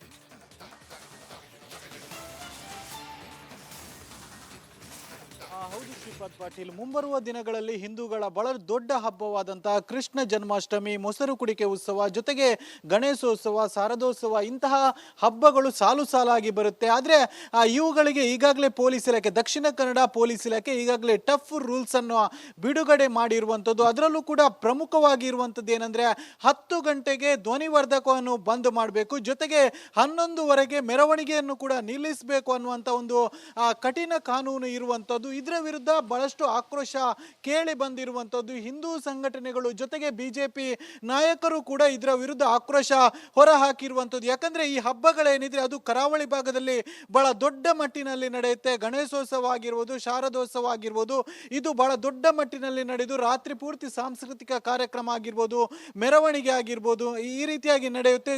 ಜೊತೆಗೆ ಬೆಳಗ್ಗಿನ ಜಾವಗಳಲ್ಲಿ ಮೂರ್ತಿಯ ವಿಸರ್ಜನೆ ಇರುತ್ತೆ. ಆದರೆ ಈ ರೀತಿಯಾಗಿ 11ವರೆಗೆ ಈ ಮೆರವಣಿಗೆಯನ್ನು ಬಂದ್ ಮಾಡಬೇಕು ಅಂದ್ರೆ ಯಾವ ರೀತಿಯಾಗಿ ಇದನ್ನು ಆಯೋಜನೆ ಮಾಡಬೇಕು ಅನ್ನೋದೇ ಗೊತ್ತಾಗುವುದಿಲ್ಲ ಅನ್ನುವಂಥದ್ದು ಬಿಜೆಪಿ ನಾಯಕರ ಆಕ್ರೋಶ. ಜೊತೆಗೆ ಮಂಗಳೂರು ಭಾಗದಲ್ಲಿ ಮೈಸೂರು ಬಿಟ್ಟರೆ ಬಹಳ ದೊಡ್ಡ ದಸರಾ ಅಂದ್ರೆ ಅದು ಮಂಗಳೂರು ದಸರಾ ಬಹಳ ವೈಭವದಿಂದ ನಡೆಯುತ್ತೆ. ರಾತ್ರಿ ಪೂರ್ತಿ ರಸ್ತೆಗಳಲ್ಲಿ ಮೆರವಣಿಗೆ ಇರುತ್ತೆ, ಬೆಳಗಿನ ಜಾವದಲ್ಲಿ ಶಾರದಾ ಮೂರ್ತಿಯ ವಿಸರ್ಜನೆ ಇರುತ್ತೆ. ಆದರೆ ಇದು 11ವರೆಗೆ ನಿಲ್ಲಿಸಬೇಕು ಅಂದ್ರೆ ಅದು ಹೇಗೆ ಅನ್ನುವಂಥ ಒಂದು ಆಕ್ರೋಶವನ್ನು ಮಂಗಳೂರಿನ ದಕ್ಷಿಣ ಕ್ಷೇತ್ರದ ಶಾಸಕರಾದಂಥ ವೇದವ್ಯಾಸ್ ಕಾಮತ್ ಅವರು ಹೊರ ಹಾಕಿರುವಂಥದ್ದು. ಜೊತೆಗೆ ಹಿಂದೂ ಪರ ಸಂಘಟನೆಗಳು ಕೂಡ ಬಹಳಷ್ಟು ಆಕ್ರೋಶವನ್ನು ಕೂಡ ವ್ಯಕ್ತಪಡಿಸಿರುವಂಥದ್ದು. ಅಂದ್ರೆ ಈ ಹಿಂದೆ ಇಲ್ಲದ್ದು, ಅಂದ್ರೆ ಈ ಹಿಂದೆ ಸಾಕಷ್ಟು ಹಬ್ಬಗಳು ಆಗಿ ಹೋಗಿದೆ, ಆದ್ರೆ ಅದಕ್ಕೆ ಇಲ್ಲಂತಹ ಕಾನೂನುಗಳು ಯಾಕೆ ಹಿಂದೂಗಳ ಹಬ್ಬಗಳು ಹತ್ತಿರ ಬರ್ತಾ ಇದ್ದಂತೆ ಈ ರೀತಿಯಾದಂತಹ ಕಾನೂನುಗಳು ಯಾಕೆ ಅನ್ನುವಂಥ ಆಕ್ರೋಶವನ್ನು ಕೂಡ ಹೊರ ಹಾಕಿರುವಂಥದ್ದು. ಜೊತೆಗೆ ಮೊನ್ನೆ ತಾನೇ ಶಾಂತಿ ಸಭೆ ಕೂಡ ಮಂಗಳೂರಿನಲ್ಲಿ ನಡೆದಿರುವಂಥದ್ದು. ಶೇರ್ ಮಾರ್ಕೆಟ್ ನಲ್ಲಿ ಹೂಡಿಕೆ ಮಾಡ್ತೀರಿ ಅಂತಂದ್ರೆ ಈ ಸ್ಟೋರಿಯನ್ನ ನೀವು ನೋಡ್ಲೇಬೇಕು. ಬಣ್ಣ ಬಣ್ಣದ ಮಾತುಗಳನ್ನ ಆಡ್ತಾರೆ, ನೀವು ಇನ್ವೆಸ್ಟ್ ಮಾಡಿದ್ರೆ ಅಷ್ಟು ಸಿಗುತ್ತೆ ಇಷ್ಟು ಸಿಗುತ್ತೆ ಅಂತ ಹೇಳ್ತಾರೆ. ಆದರೆ ಯಾಮಾರಬೇಡಿ, ಎಚ್ಚರ ವಹಿಸಿ, ಇದು ಕೋಟಿ ಕೋಟಿ ಟೋಪಿಯ ಸುದ್ದಿ. ಶೇರ್ ಮಾರ್ಕೆಟ್ ಹೆಸರಲ್ಲಿ ಭಾರೀ ವಂಚನೆ ನಡೆದಿದೆ. ಕಲಬುರಗಿಯಲ್ಲಿ ಈ ರೀತಿ ಕೋಟಿ ಕೋಟಿ ವಂಚನೆ ಮಾಡಿದಂಥವನು ಕೊನೆಗೂ ಸಿಕ್ಕಿಬಿದ್ದಿದ್ದಾನೆ. ಆತನೇ ಆರೋಪಿ ರಾಮು ಅಕುಲ್. 800 ಜನರಿಂದ 50 ಕೋಟಿಗೂ ಅಧಿಕ ಹೂಡಿಕೆಯನ್ನ ಈತ ಮಾಡಿಸಿರ್ತಾನೆ. ಎಷ್ಟು? 50 ಕೋಟಿ. 800 ಜನ. ಆರಂಭದಲ್ಲಿ 15% 20ರಷ್ಟು ಲಾಭಾಂಶವನ್ನು ಈತ ಕರೆಕ್ಟಾಗೇ ಕೊಟ್ಬಿಟ್ಟ. ಯಾಕಂದರೆ ನಂಬಲಿ ನಮ್ಮನ್ನ ಅಂತ ಹೇಳಿ ಇವ್ರು ಯಾರ್ಯಾರು ಎಷ್ಟೆಷ್ಟು ಇನ್ವೆಸ್ಟ್ ಮಾಡಿರ್ತಾರೋ ಅವರಿಗೆ ಆರಂಭದಲ್ಲಿ 15% 20% ಲಾಭಾಂಶವನ್ನು ಕೊಟ್ಟುಬಿಟ್ಟ. ಅದಾದಮೇಲೆ ಇದೆ ನೋಡಿ ಅಸಲಿ ಪಿಕ್ಚರ್. ಹಣದೊಂದಿಗೆ ಎಸ್ಕೇಪ್ ಆಗಿಬಿಟ್ಟ ಈ ಆರೋಪಿ. ಯಾವ ಲಾಭಾಂಶನೂ ಇಲ್ಲ, ಅಸಲು ಇಲ್ಲ. ವೀನಸ್ ಎಂಟರ್ಪ್ರೈಸಸ್ ಹೆಸರಲ್ಲಿ ಜನರಿಗೆ ವಂಚನೆ ಮಾಡಿದಂಥ ಈ ಆರೋಪಿ ರಾಮು ಅಕುಲ್ ಈಗ ಅರೆಸ್ಟ್ ಆಗಿದ್ದಾನೆ. ಈತ ವಂಚನೆ ಮಾಡಿದಂಥ ಹಣ ಎಷ್ಟು ಅಂತಂದ್ರೆ 50 ಕೋಟಿ ರೂಪಾಯಿಗೂ ಹೆಚ್ಚು.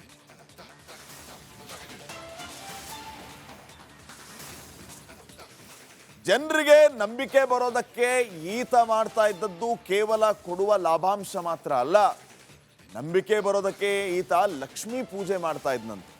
ತನ್ನ ಮನೆಯಲ್ಲಿಯೇ ವಿಶೇಷವಾಗಿ ಲಕ್ಷ್ಮೀ ಪೂಜೆಯ ಆಯೋಜನೆಯನ್ನ ಮಾಡ್ತಾ ಇದ್ದಂತೆ. ಇದರ ಜೊತೆಗೆ ಇನ್ನೂ 10 ಹಲವು ವಿಶೇಷವಾದಂಥ ಪೂಜಾ ಕೈಂಕರ್ಯಗಳನ್ನು ನೆರವೇರಿಸ್ತಾ ಇದ್ದಂತೆ. ಲಕ್ಷ್ಮಿಯ ಹಾಡುಗಳನ್ನು ಹಾಕ್ತಾ ಇದ್ದಂತೆ. ಭಕ್ತಿ ಪರವಶರಾಗಿ ದುಡ್ಡು ತಂದು ಕೊಟ್ಟು ಬಿಡ್ಬೇಕು, ತಗೊಳ್ರಿ ನಮ್ದು ಇನ್ನೊಂದು ಲಕ್ಷನ ಇನ್ವೆಸ್ಟ್ ಮಾಡಿ ಅಂತೇಳಿ.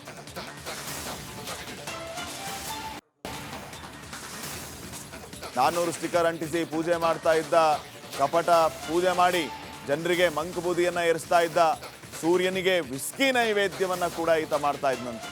ನೂರಾರು ಮಂದಿಗೆ ವಂಚಿಸಿ ಪರಾರಿಯಾಗಿದ್ದ ರಾಮು, ತೆಲಂಗಾಣದ ರಂಗಾರೆಡ್ಡಿಯ ರಾಮು ಅಕುಲ್ ಕೊನೆಗೂ ಅರೆಸ್ಟ್ ಆಗಿದ್ದಾನೆ.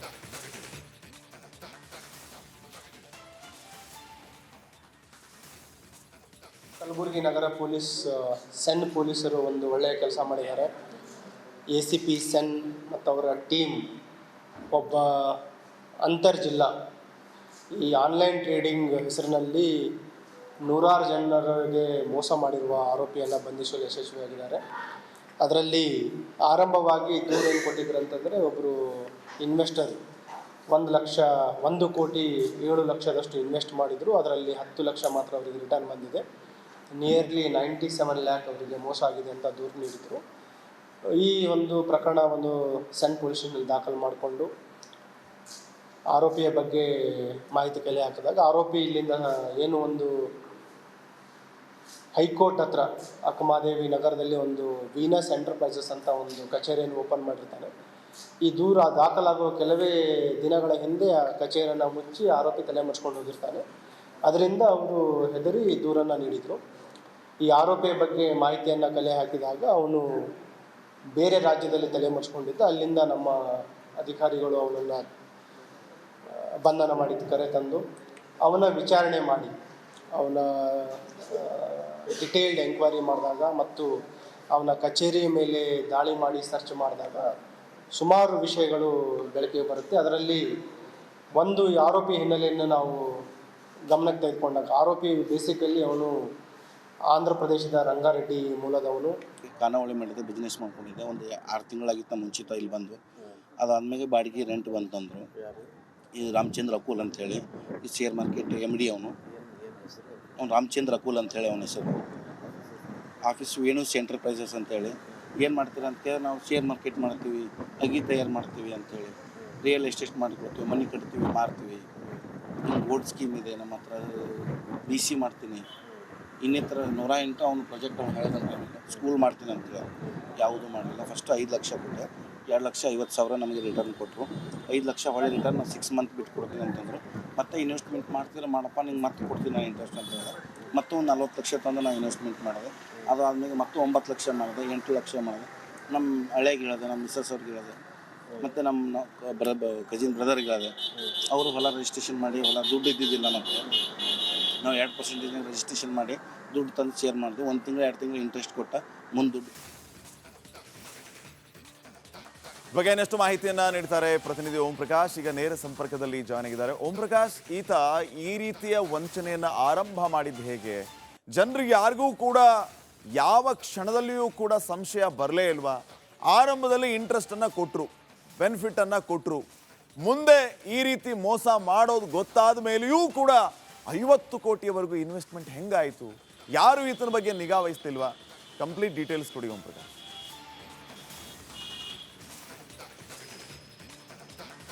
ಶ್ರೀಪಾದ, ಷೇರು ಮಾರುಕಟ್ಟೆಯಲ್ಲಿ ಹೂಡಿಕೆ ಮಾಡಿದ್ರೆ ಹೆಚ್ಚಿನ ಲಾಭಾಂಶ ಕೊಡ್ತೇನೆ ಅಂತೇಳಿ ಜನರಿಗೆ ನಂಬಿಸಿ ಅವರಿಂದ ಹಣವನ್ನು ಕೋಟಿ ಹಣವನ್ನು ಹೂಡಿಕೆ ಮಾಡಿಕೊಂಡು ವಂಚನೆ ಮಾಡಿರುವಂಥ ಒಂದು ಪ್ರಕರಣ ಇದೀಗ ಕಲಬುರಗಿಯಲ್ಲಿ ಬೆಳಕಿಗೆ ಬಂದಿರುವಂಥದ್ದು. ತೆಲಂಗಾಣ ಮೂಲದ ಏನು ರಾಮು ಅಕುಲ್ ಅನ್ನುವಂಥ ವ್ಯಕ್ತಿ ಕಲಬುರಗಿಯಲ್ಲಿ ವೀನಸ್ ಎಂಟರ್ಪ್ರೈಸಸ್ ಹೆಸರಲ್ಲಿ ಒಂದು ಆಫೀಸನ್ನು ಓಪನ್ ಮಾಡ್ತಾನೆ.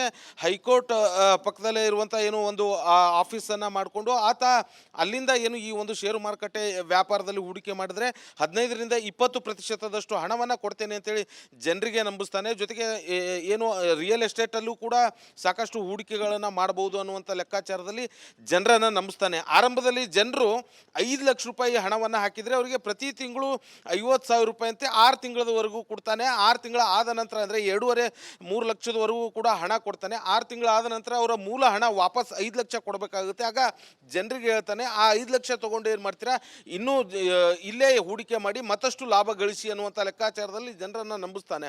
ಸೊ ಇದೇ ರೀತಿಯಾಗಿ ಸಾಕಷ್ಟು ಜನರು 5-10 ಲಕ್ಷ ಸೇರಿ ಒಬ್ಬರಿಂದ ಒಬ್ಬರು ಎಲ್ರಿಗೂ ಕೂಡ ಇದೇ ರೀತಿಯಾಗಿ ಹೇಳ್ಕೊಂಡು ಹೋಗಿರ್ತಾನೆ. ಸೊ ಅವರು ಇಟ್ಟಂಥ ದುಡ್ಡಲ್ಲೇ ಅವರಿಗೆ ಅದನ್ನು ವಾಪಸ್ ಕೊಡ್ತಾನೆ. ಆದರೆ ಮೂಲ ಅಮೌಂಟ್ ಕೂಡ ಈತನ ಹತ್ರ ಇರುತ್ತೆ.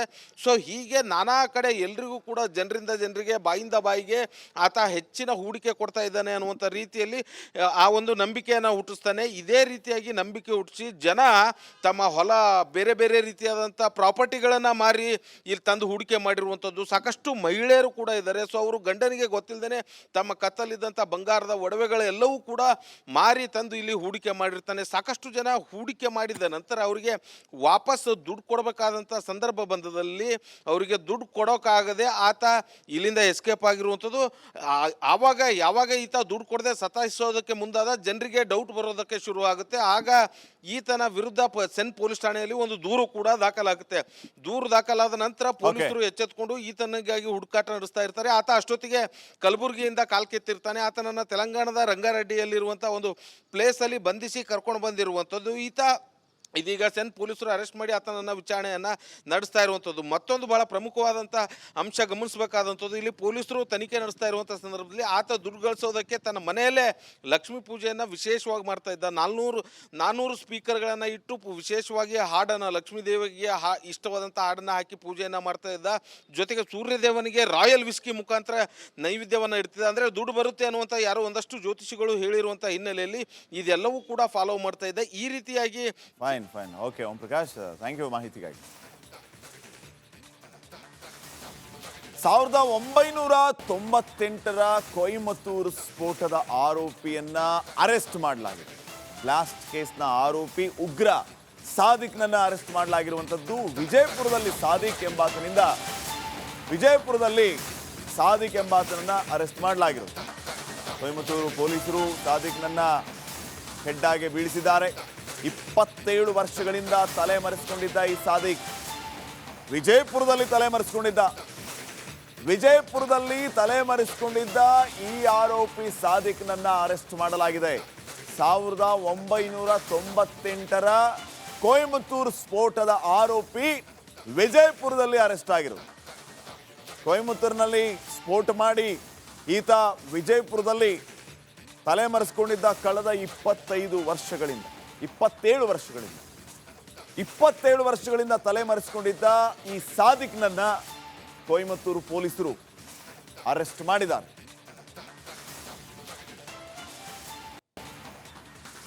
ನೋಡಿ, 58 ಜನರ ಹಂತಕನನ್ನ ಅರೆಸ್ಟ್ ಮಾಡಲಾಗಿದೆ.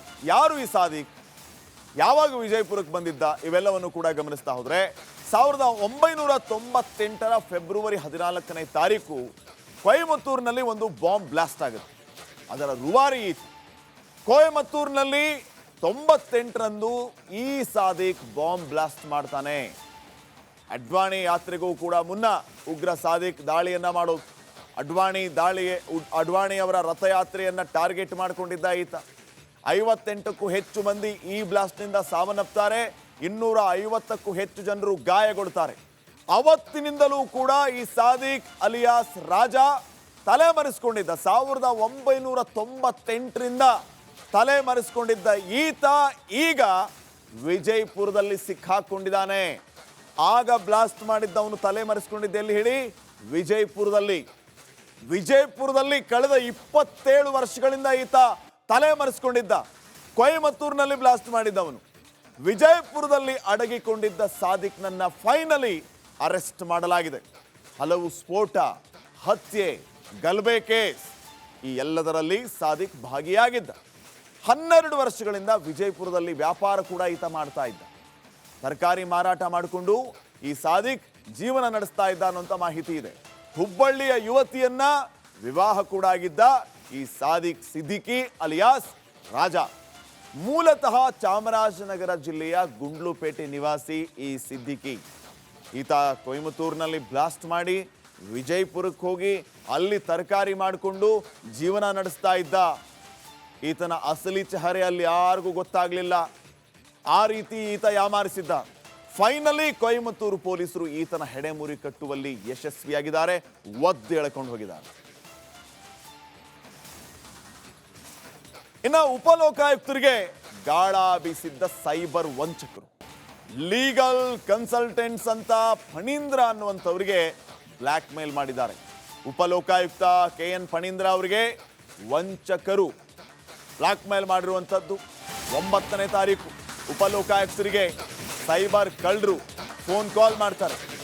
ದೀಪಕ್ ಕುಮಾರ್, ರಾಹುಲ್ ಅನ್ನೋರಿಂದ ಉಪಲೋಕಾಯುಕ್ತರಿಗೆ ಒಂದು ದೂರವಾಣಿ ಕರೆ ಬರುತ್ತೆ.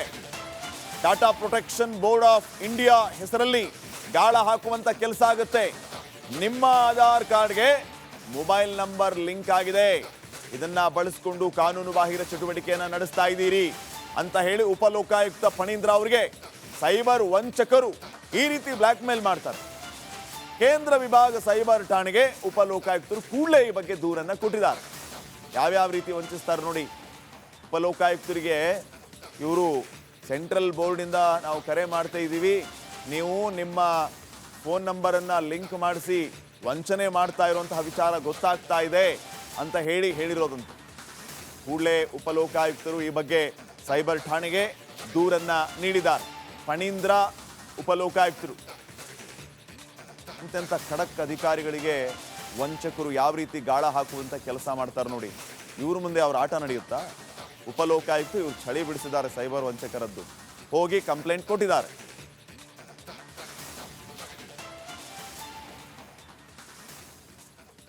ಇನ್ನು ರಾಜಕೀಯ ಸುದ್ದಿಗಳನ್ನ ಗಮನಿಸ್ತಾ ಹೋದ್ರೆ, ಕಾಂಗ್ರೆಸ್ನಲ್ಲಿ ಮುಖ್ಯಮಂತ್ರಿ ಗದ್ದುಗೆ ಗುದ್ದಾಟ ಜೋರಾಗಿ ನಡೀತಾ ಇತ್ತು ನಿನ್ನೆವರೆಗೂ. ಈಗ ಸಿದ್ದರಾಮಯ್ಯ ಇದಕ್ಕೆಲ್ಲ ಬ್ರೇಕ್ ಹಾಕುವಂತ ಕೆಲಸವನ್ನ ಮಾಡಿದ್ದಾರೆ. ಮುಂದೆ ಅಷ್ಟಕ್ಕೆ ಇದು ತಣ್ಣಗಾಗುತ್ತೋ ಅಥವಾ ಈ ಮೊದಲು ಇದ್ದಕ್ಕಿಂತ ಜಾಸ್ತಿ ಆಗುತ್ತೋ ಕಾದ್ ನೋಡೋಣ. 5 ವರ್ಷನೂ ನಾನೇ CM ಅಂತ ಸಿದ್ದರಾಮಯ್ಯ ಹೇಳಿಬಿಟ್ಟಿದ್ದಾರೆ. ಈ ರೀತಿ ಹೇಳಿದ್ದು ಯಾಕೆ ಅವರು? ಸಿದ್ದರಾಮಯ್ಯ ಅವರಿಗೆ ವಿಶ್ವಾಸ ತುಂಬಿದ್ದು ಯಾರು? ಇದು ರಿಪಬ್ಲಿಕ್ ಕನ್ನಡದ ಪೊಲಿಟಿಕಲ್ ಎಕ್ಸ್ಕ್ಲೂಸಿವ್.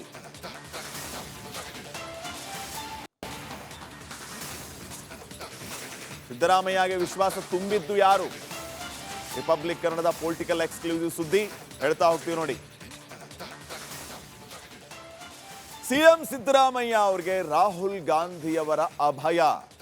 ನಾಯಕತ್ವ ಬದಲಾವಣೆ ಮನಸ್ಥಿತಿಯಲ್ಲಿ ಇಲ್ಲ ರಾಹುಲ್ ಗಾಂಧಿ. ಬಿಹಾರ್ ಚುನಾವಣೆ ಮೇಲೆ ಹೈಕಮಾಂಡ್ ಫುಲ್ ಫೋಕಸ್ ಮಾಡಿದೆ. ಈ ಸಂದರ್ಭದಲ್ಲಿ ಯಾವುದೇ ಕಾರಣಕ್ಕೂ ಗೊಂದಲ ಸೃಷ್ಟಿಯಾಗೋದು ಬೇಡ. ಗೊಂದಲ ಸೃಷ್ಟಿಯಾದರೆ ಅದು ಬಿಹಾರ್ ಚುನಾವಣೆಯ ಮೇಲೆ ಪರಿಣಾಮ ಬೀರುತ್ತೆ ಅನ್ನುವಂಥ ಲೆಕ್ಕಾಚಾರ. ನವೆಂಬರ್ನಲ್ಲಿ ಕೆಲ ಸಚಿವರ ತಲೆದಂಡ ಆಗುವಂಥದ್ದು ನಿಶ್ಚಿತ. ಅಲ್ಲಿಯವರೆಗೂ ಈಗಿದ್ದವರು ಮುಂದುವರಿತಾರೆ. ಇನ್ನು ಪವರ್ ಶೇರಿಂಗ್ ವಿಚಾರವಾಗಿಯೂ ಕೂಡ ಈಗಾಗಲೇ ಒಂದು ಅಶ್ಯೂರೆನ್ಸ್ ರಾಹುಲ್ ಗಾಂಧಿಯಿಂದ ಸಿಕ್ಕಿದೆಯಂತೆ. ನಾಯಕತ್ವ ಬದಲಾವಣೆಯ ಮನಸ್ಥಿತಿಯಲ್ಲಿ ಅವರು ಇಲ್ವಂತೆ. ಹೀಗಾಗಿ ಸಿದ್ದರಾಮಯ್ಯ ಅವರು ಯಾವುದೇ ರೀತಿಯ ಅಡ್ಡಿ ಆತಂಕ ಇಲ್ಲದೆ 5 ವರ್ಷ CM ಆಗಿ ಮುಂದುವರಿತಾರೆ. ಉಳಿದ ಪಿರಿಯಡ್ ಅವರೇ ಇರ್ತಾರೆ 2.5 ವರ್ಷ. ಇಲ್ಲಿ ಯಾವುದೇ ರೀತಿಯ ಸಂಶಯ ಇಲ್ಲ ಅಂತ ಸಿದ್ದರಾಮಯ್ಯ ಬಣದವರು ಹೇಳ್ತಾ ಇದ್ದಾರೆ. ಇನ್ನು ಬಹಳ ಮುಖ್ಯವಾಗಿ ಬಿಹಾರದಲ್ಲಿ ಚುನಾವಣೆ ಹತ್ತಿರವಾಗ್ತಾ ಇದೆ. ಬಿಹಾರ್ ಚುನಾವಣೆ ಹತ್ತಿರವಾಗ್ತಾ ಇರುವ ಹಿನ್ನೆಲೆ ಈಗ ನಾಯಕತ್ವ ಬದಲಾವಣೆ ಮಾಡಿ ಗೊಂದಲ ಸೃಷ್ಟಿ ಮಾಡಿದರೆ ಅದು ಬಿಹಾರ್ ಚುನಾವಣೆ ಮೇಲೆಯೂ ಕೂಡ ಪರಿಣಾಮ ಬೀರುತ್ತೆ ಅನ್ನುವಂಥ ಲೆಕ್ಕಾಚಾರ. ಹೀಗಾಗಿ ಯಾವುದೇ ಕಾರಣಕ್ಕೂ ರಾಹುಲ್ ಗಾಂಧಿ ಅವರು ಈಗ ಸದ್ಯ ಈ ರಿಸ್ಕ್ ಅನ್ನು ತೆಗೆದುಕೊಳ್ಳೋಕೆ ಸಿದ್ಧರಿಲ್ಲ. ಅವರು ಹೇಳ್ತಾ ಇರುವಂಥದ್ದು ಏನಂತಂದ್ರೆ ಸಿದ್ದರಾಮಯ್ಯ ಅವರೇ ಮುಂದುವರಿಲಿ, ನಾಯಕತ್ವ ಬದಲಾವಣೆ ಅಗತ್ಯ ಇಲ್ಲ, ಆ ಮನಸ್ಥಿತಿಯಲ್ಲಿಯೂ ರಾಹುಲ್ ಗಾಂಧಿ ಅವರು ಇಲ್ಲ ಅನ್ನುವಂತಹ ಲೆಕ್ಕಾಚಾರಗಳು ಈಗ ಕೇಳಿ ಬರ್ತಾ ಇದೆ. ಸೊ ಸಿದ್ದರಾಮಯ್ಯ ಈಗ ಸೇಫ್, ಪವರ್ ಶೇರಿಂಗ್ನ ವಿಚಾರವೇ ಇಲ್ಲ. ನಿನ್ನೆ ದೆಹಲಿಯಿಂದನೂ ಕೂಡ ಅವರು ಒಂದು ಸ್ಟ್ರಾಂಗ್ ಮೆಸೇಜ್ ಅನ್ನು ಪಾಸ್ ಮಾಡಿ ಆಗಿದೆ. ನಮ್ಮ ಡಿ ಕೆ ಶಿವಕುಮಾರ್ ಈಗ ಮುಂದೆ ಏನು ಮಾಡ್ತಾರೆ ಅನ್ನುವಂಥ ಪ್ರಶ್ನೆ ಇದೆ. ಮುಂದಿನ 5 ವರ್ಷ ನಾನೇ CM ಅಂತ ಸಿದ್ದರಾಮಯ್ಯ ಅವರು ಈಗಾಗಲೇ ಗುಟುರು ಹಾಕಿಯಾಗಿದೆ. ಡಿ ಕೆ ಶಿವಕುಮಾರ್ ಸೈಲೆಂಟ್ ಆಗ್ತಾರಾ, ಮೌನಕ್ಕೆ ಶರಣಾಗ್ತಾರಾ, ಮತ್ತೆ ಯಾರಿಂದನೂ ಯಾವ ರೀತಿಯ ಸ್ಟೇಟ್ಮೆಂಟನ್ನು ಕೊಡಿಸೋದು ಅಥವಾ ಅವರೇ ಸ್ಟೇಟ್ಮೆಂಟನ್ನು ಕೊಡೋದು, ಈ ಪವರ್ ಶೇರಿಂಗ್ ವಿಚಾರವಾಗಿ ಮತ್ತೆ ಬೇರೆ ರೀತಿಯ ಪ್ರಯತ್ನಗಳನ್ನು ಮಾಡೋದಿಲ್ವಾ ಅನ್ನುವಂಥ ಪ್ರಶ್ನೆ ಇದೆ. CM ಡಿ ಕೆ ಶಿವಕುಮಾರ್ ಅಂತೂ ಸದ್ಯಕ್ಕೆ ಮೌನಕ್ಕೆ ಶರಣಾಗಿದ್ದಾರೆ. ಸಿದ್ದರಾಮಯ್ಯ ಮಾತಿಗೆ ಎಲ್ಲೂ ಕೂಡ ಡಿ ಕೆ ಶಿವಕುಮಾರ್ ಉತ್ತರಿಸಿಲ್ಲ ಈ ಕ್ಷಣದವರೆಗೂ. CM ಬಣದ ಸಚಿವರ ಮಾತಿಗೂ ಕೂಡ ಅವರು ಉತ್ತರಿಸಿಲ್ಲ. ಕಾದು ನೋಡುವ ತಂತ್ರಕ್ಕೆ ಡಿ ಕೆ ಶಿವಕುಮಾರ್ ಅವರು ಮೊರೆ ಹೋಗಿದ್ದಾರೆ. ಪಕ್ಷ ನಿಷ್ಠೆಯ ಮೂಲಕ ಹೈಕಮಾಂಡ್ ಮನ ಗೆಲ್ಲೋದಕ್ಕೆ ಪ್ರಯತ್ನವನ್ನ ಮಾಡ್ತಾ ಇದ್ದಾರೆ ಡಿ ಕೆ ಶಿವಕುಮಾರ್. ಈ ಮೂಲಕ ಅಧಿಕಾರ ಅರಸಿ ಹೋಗೋದಲ್ಲ, ಅಧಿಕಾರ ಹುಡುಕೊಂಡು ಬರಲಿ ಅನ್ನುವಂಥ ಧ್ಯೇಯಕ್ಕೆ ಬಹುಶಃ ಡಿ ಕೆ ಶಿವಕುಮಾರ್ ಬಂದಂಗಿದೆ. ನಾಯಕತ್ವ ಬದಲಾವಣೆ ಚರ್ಚೆಗೆ ಸಿದ್ದರಾಮಯ್ಯ ತಿರುಗೇಟನ್ನು ನೀಡಿದ್ದಾರೆ. ನಾನೇ 5 ವರ್ಷ ಪೂರ್ಣಾವಧಿಯ CM, ಕೇವಲ ಅಷ್ಟೇ ಅಲ್ಲ, ಮುಂದಿನ 2028ರ ಚುನಾವಣೆಗೂ ನನ್ನದೇ ಸಾರಥ್ಯ ಅಂತ ದಿಲ್ಲಿಯಲ್ಲಿ ಸಿದ್ದರಾಮಯ್ಯ ಗುಟುರು ಹಾಕಿದ್ದಾರೆ. 2ನೇ ಬಾರಿ ಈ ರೀತಿಯ ಹೇಳಿಕೆಯನ್ನು ನೀಡ್ತಾ ಇರುವಂಥದ್ದು ಭಾರಿ ಚರ್ಚೆಯನ್ನ ಹುಟ್ಟು ಹಾಕಿದೆ. ಸಿದ್ದರಾಮಯ್ಯ ಯಾವಾಗ ನಾನೇ CM ಅಂತ ಹೇಳ್ತಾರೋ ಅವ್ರ ಮೇಲೆ ಅನುಮಾನ ಹೆಚ್ಚಾಗುತ್ತೆ ಅಂತ ಈ ಕಡೆ BJP ಅವರು ಹೇಳ್ತಾರೆ. ನಿಮ್ಮ ಗವರ್ನಮೆಂಟ್ ಸ್ಟೇಬಲ್ ಇದೆ ಅಂತಂದ್ರೆ ನೀವ್ಯಾಕೆ ಮತ್ತೆ ಬಂದು ನಾನೇ CM ಅಂತ ಹೇಳ್ಕೊಳ್ತೀರಿ? ಅಲ್ಲಿಗೆ ನಿಮ್ಮ ಕಾಂಗ್ರೆಸ್ನಲ್ಲಿ ಎಲ್ಲವೂ ಸರಿ ಇಲ್ವಾ ಅನ್ನುವಂಥ ಪ್ರಶ್ನೆಯನ್ನ BJP ಅವರು ಮಾಡ್ತಾ ಇದ್ದಾರೆ. BJP ಅವ್ರನ್ನ ಪಕ್ಕಕ್ಕೆ ಕೇಳೋಣ.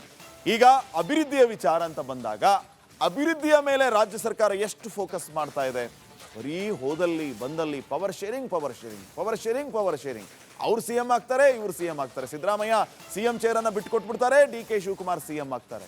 ಇದ್ರ ಮಧ್ಯೆ ಎಷ್ಟೆಲ್ಲ ತೊಂದರೆಗಳಿದೆ.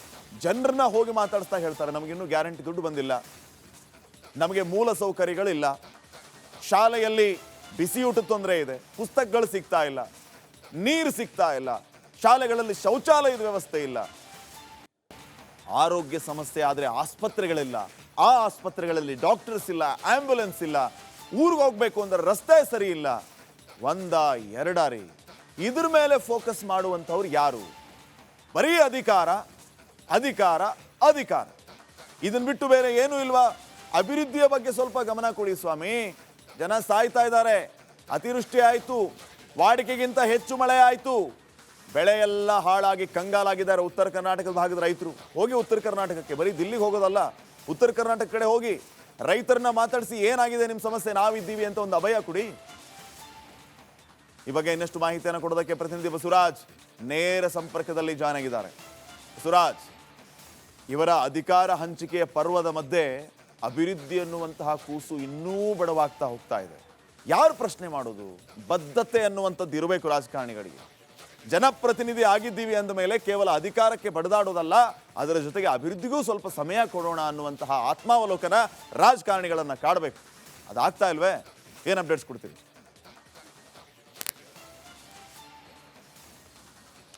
ಖಂಡಿತ ಶ್ರೀಪಾದ್, ರಾಜಕಾರಣಿಗಳಿಗೆ ಆ ಕಳೆದುಕೊಂಡಿದ್ದಾರೆ. ಇದರಲ್ಲಿ 2 ಮಾತಿಲ್ಲ. ಅಭಿವೃದ್ಧಿ ಮಾಡಬೇಕು ಅನ್ನುವಂಥದ್ದು ಕೆಲವು ಇಚ್ಛಾಶಕ್ತಿ ಇರತಕ್ಕಂತಹ ಮಂತ್ರಿಗಳಲ್ಲಿ ಇರ್ತಕ್ಕಂಥದ್ದು ಮತ್ತು ಶಾಸಕರಲ್ಲಿ ಇರ್ತಕ್ಕಂಥದ್ದು. ಇನ್ನು ಉಳಿದವರು ನಾವು ಚುನಾವಣೆಗೆ ಎಷ್ಟು ಖರ್ಚು ಮಾಡಿದ್ದೇವೆ, ಅದನ್ನು ಎಷ್ಟು ತೆಗಿಬೇಕು, ಇನ್ನು ಎಷ್ಟು, ಅಂದರೆ ಒಂದು ರೀತಿಯಲ್ಲಿ ಬಿಸ್ನೆಸ್ ಆಗಿ ಹೋಗ್ಬಿಟ್ಟಿದೆ ಈಗ ಇತ್ತೀಚಿನ ರಾಜಕೀಯ. ಅದರಲ್ಲಿ ಅಧಿಕಾರ ಹಂಚಿಕೆ ಸೂತ್ರ ಅನ್ನೋದಿದೆಯಲ್ಲ, ಇದು ಸರ್ಕಾರದಲ್ಲಿ ಯಾವ ಕೆಲಸವನ್ನು ಕೂಡ ಆಗದಂಥ ಸ್ಥಿತಿ ತಲುಪಿದೆ. ಯಾಕಂದರೆ ಒಂದು ಕಡೆ ಅಧಿಕಾರಿಗಳು ಕೂಡ ಮಾತು ಕೇಳದಂಥ ಪರಿಸ್ಥಿತಿ ಹೋಗ್ತಾರೆ. CM ಚೇಂಜ್ ಆಗ್ತಾರೆ ಅನ್ನೋದಾದರೆ ಬಿಡಿ, ಯಾಕೆ ಕೆಲಸ ಮಾಡಬೇಕು ಅನ್ನೋವಂಥದ್ದು ಒಂದು ಅವ್ರ ಅಧಿಕಾರಿಗಳ ಮನಸ್ಥಿತಿ ಬೇರೆ ಥರ ತಲುಪಿಬಿಡುತ್ತೆ. ಅಧಿಕಾರಿಗಳೇ ಆ ಥರ ಆದ್ರೆ ಅಂದಮೇಲೆ ಇನ್ನು ಸ್ಥಳ ಹಂತದ ಕೆಲಸಗಳು ಕೂಡ ಎಲ್ಲವೂ ಕೂಡ ನೆನಗುದಿಗೆ ಬಿದ್ದು ಬಿಡ್ತವೆ.